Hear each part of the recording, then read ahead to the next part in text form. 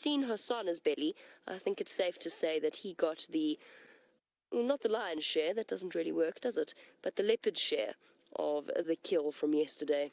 So most of that baby impala came from him. Here come the cubs, right next to the vehicle. First in line comes little Xongile. Hello, my girl. We try and duck out of your way. She's going to walk right and past the vehicle as she does. Hello, little one. Right next to us. Slinking after Mom. Where's she gone? Where did you go? Are you lying down in front of me now? I think so. I think that's exactly what you're doing. And you little monster, with your round belly, did you get most of the food yesterday? Yes, I think it's safe to say you did. And you got plenty of that food. Round-bellied, happy and healthy. And Karula once again proving why she is such a fantastic mum, having fed the cubs exceptionally well yesterday. Karula's going hunting, and I'm a little bit torn as to which ones I should follow. She's heading south. Karula, don't go south. Don't go south, my girl. Actually, go wherever you need to. Go find food wherever you need to. It's just that south we won't be able to follow her. I think I'm going to stick with the cubs. I'm going to sit here and watch them play. It's been a while since I've... And Karula is notoriously difficult to follow, so I think what I'm going to do is I'm going to let her go hunting in peace, and then hopefully she manages to catch something and she comes to fetch the cubs. So, where on earth did that dead impala come from? That's apparently outside the staff village.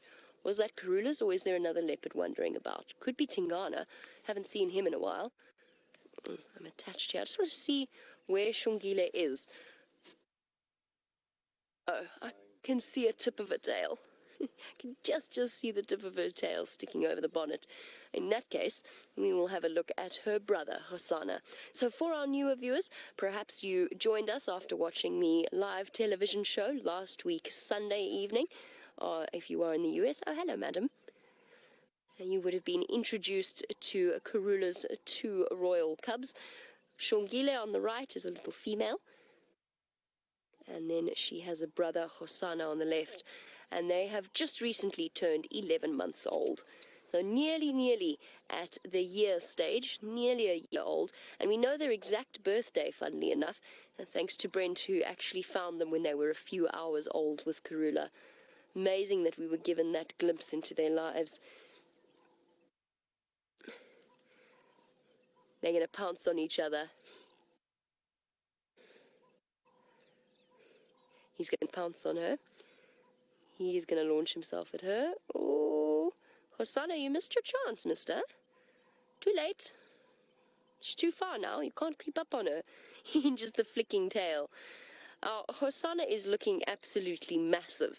And we have a question about whether or not he's bigger than Karula. He's not quite. He's nearly. What are you doing? Now, Kyle, you wanted to say, or you said, is it just you, or is Hosana already bigger than Karula? He's not, but he's close.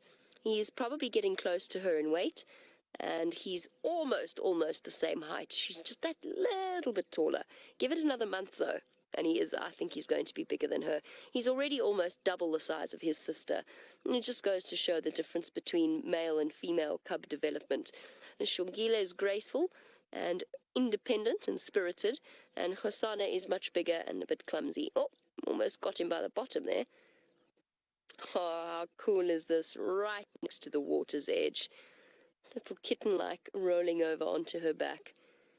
It's so wonderful to see that even though they're nearly 12 months old, they've still got that playful cub-like nature. I'm going to have a drink. Let's reposition.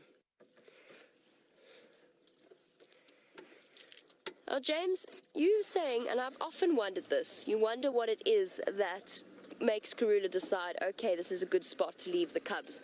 I've often thought about that. I often wondered whether or not it's a coincidence in a way, and that she just happens to be there, and she leaves the cubs and they know to stay behind.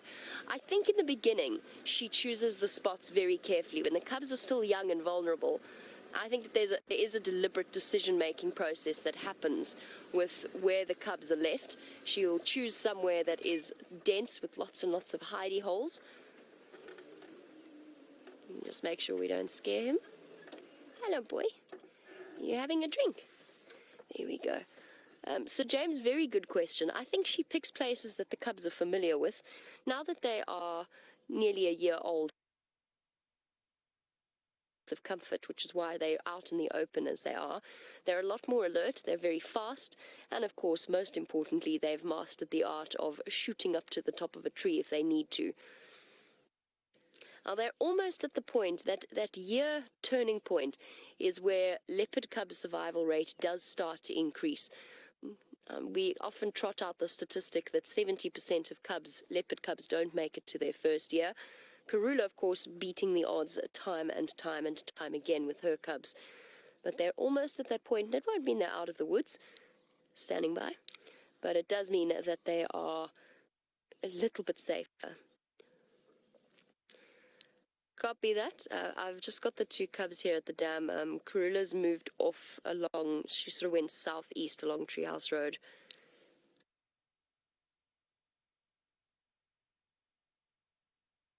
Sorry, she went southwest along Treehouse Road. But I'm staying with the cubs for now. Let's see if they're going to play with each other. It's nice and cool. They've got full bellies.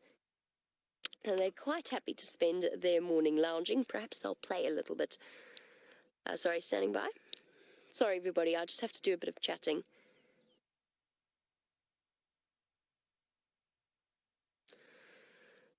That's affirmative. Herbie found them. It's just, I think it can be a 3-vehicle lock. It's quite open here.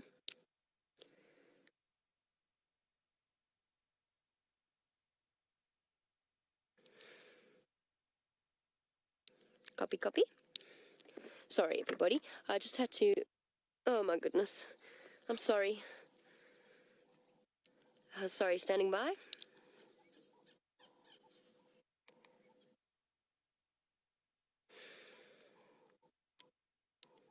Now, FM, you can pop in, and then just when when Jason arrives, then perhaps maybe I'll pull out.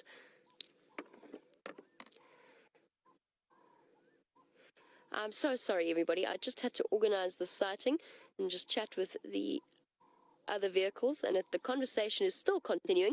Luckily for us, Taylor has another bigger cat to keep you occupied.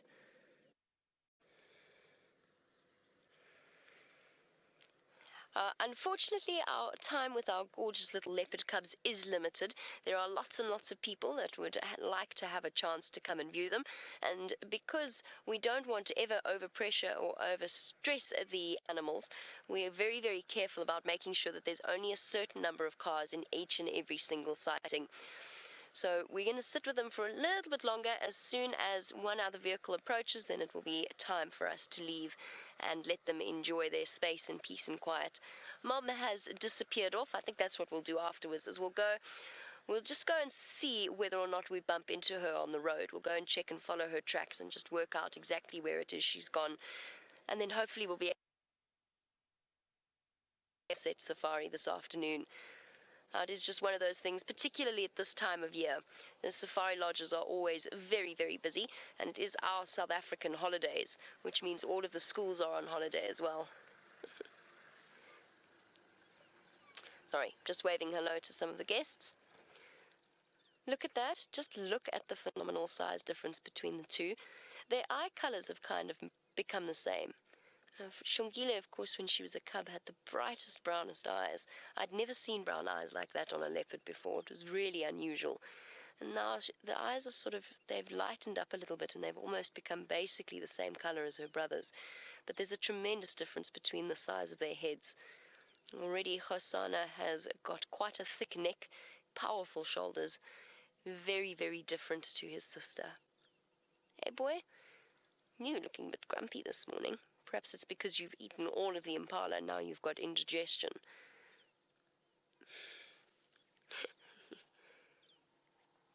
Panting away with a full belly. Looks as though the cubs definitely got most of the meal.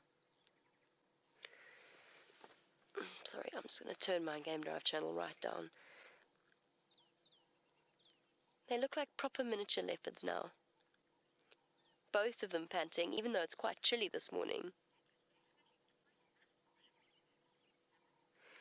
Lovin, you say his neck is definitely twice that of Xongile. Absolutely. I mean, he is basically almost double her size now. He is absolutely not double her size. He's about 1.5 times her size. And he definitely has a massive, massive neck. He's going to be one to watch, I think. I think he's going to be a very big boy. There's always a huge difference between male and female leopards, even at the year-old stage. And just because eventually he's going to grow up to be twice the size of your average female, or almost twice the size of your average female. He's pulling such a funny face. He looks all a bit droopy and quite sad.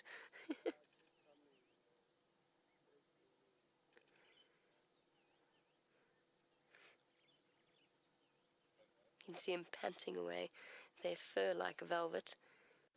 Xongile's got that characteristic shadow ear. What I mean by that is the posture of her ears, the way that she's holding them.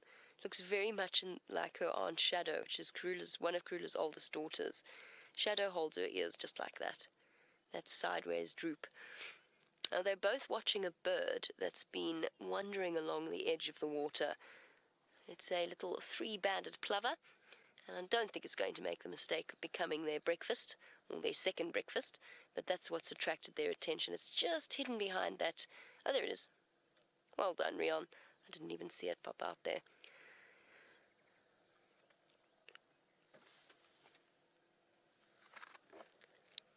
Station on standby 1 for Karula for Jamie.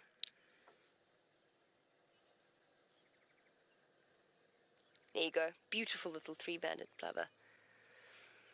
Affirm, what's your position?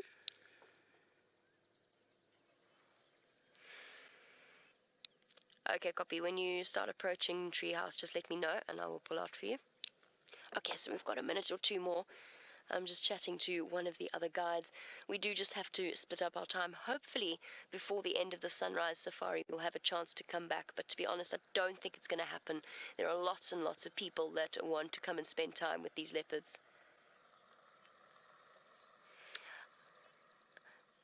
Very, very good question coming through. I'm afraid I didn't quite fully hear your name, but it's a good question. We have a viewer that wants to know whether or not, years from now, siblings will recognize each other. And the answer to that is, we think so, definitely. Zaz, there we go. Zaz, you wanted to know whether or not they will recognize each other. Sorry, Zaz, my apologies, I just didn't quite hear your name. Zaz, I think they do. That they might not like each other in the future, and that's a very, very good thing, because it stops, particularly, it'll stop the chances of them interbreeding. It'll happen, though. If Hosana happened by some twist of fate to become dominant over a territory with Xongile in it, they would mate and they would reproduce. So it does happen. Inbreeding does occur with our big cats. They're not governed by the same morals we are. But generally what happens is the male cub tends to move quite far away from his natal range. But it can happen. Do they know each other? I think they do. We'll never really know for certain. Definitely they know their mom, and their mom knows them. She might not be very happy about the fact that they're there, as we've seen with Karula and Shadow, when they've encountered each other on the boundaries of their territory. There was lots of growling, a little bit of spit bubble blowing, which was amazing. It garnered new respect from me for Karula, her ability to blow a spit bubble like that. It was quite spectacular. So there'll be lots of salivating. They don't really appreciate each other's company when you've got two females. But two unrelated female leopards will, if they see each other or encounter each other in each other's territories, they will have a very, very serious fight. And we've seen with Shimbambalana in quarantine as well. They also seem to have had a couple of physical scraps. We don't know for certain, but we've seen them growling at each other and posturing at each other with fresh injuries.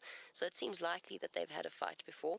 Now, Shimbambalana is 2 years older than quarantine, and the two seem to have decided to pick the same territory, or at least some similar areas.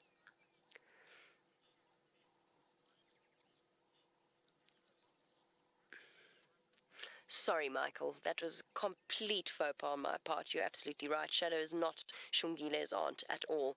My sincere apologies. What utter nonsense I was talking. You're right. She would be Xongile's older half-sister. Sorry. Sometimes these leopard family trees get a little bit confusing. You're absolutely right. Shadow is not Xongile and Hosana's aunt. She is their half-sister. Much older. Shadow's 10 at this point, and these two are only 11 months old, so there's a vast age difference. Shadow was part of Karula's first litter along with her sister Tundi. So yes, sister. Age gap that automatically I always think of Shadow as their aunt, which is not the case at all. So apologies for those of you that I caused confusion with.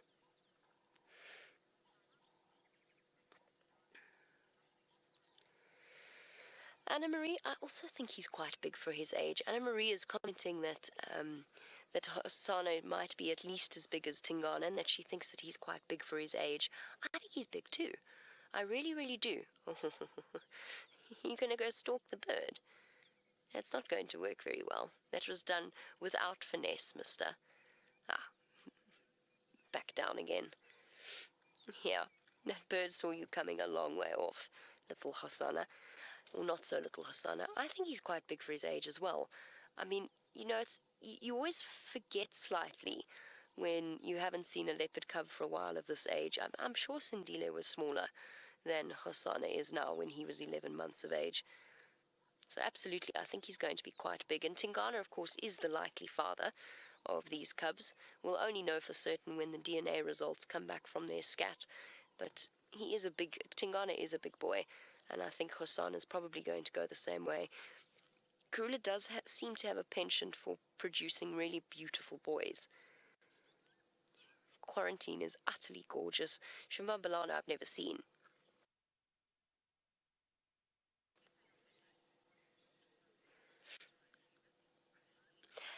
And Christine in Vancouver, a very good morning to you. Or good evening to you, I suppose, if you're in Vancouver. Lovely to have you on the Sunrise Safari. Christine, you want to know if male leopards always outgrow their moms in the same way humans do? Yep, absolutely.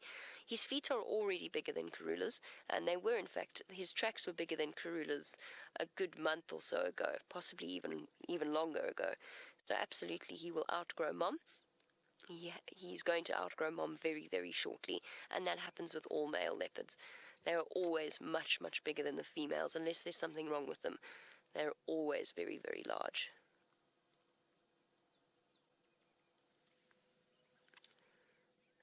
Hey, little boy. I can't wait to see this afternoon whether or not they are still here. Hope so. Well, I hope Karula manages to catch something. Unfortunately, this is going to be our last view of these gorgeous leopards. It's time for us to leave them and make space for another vehicle. We'll hopefully catch up with them on the sunset safari. So while I move out of here, let's go back across to Taylor, who is with the other big cat.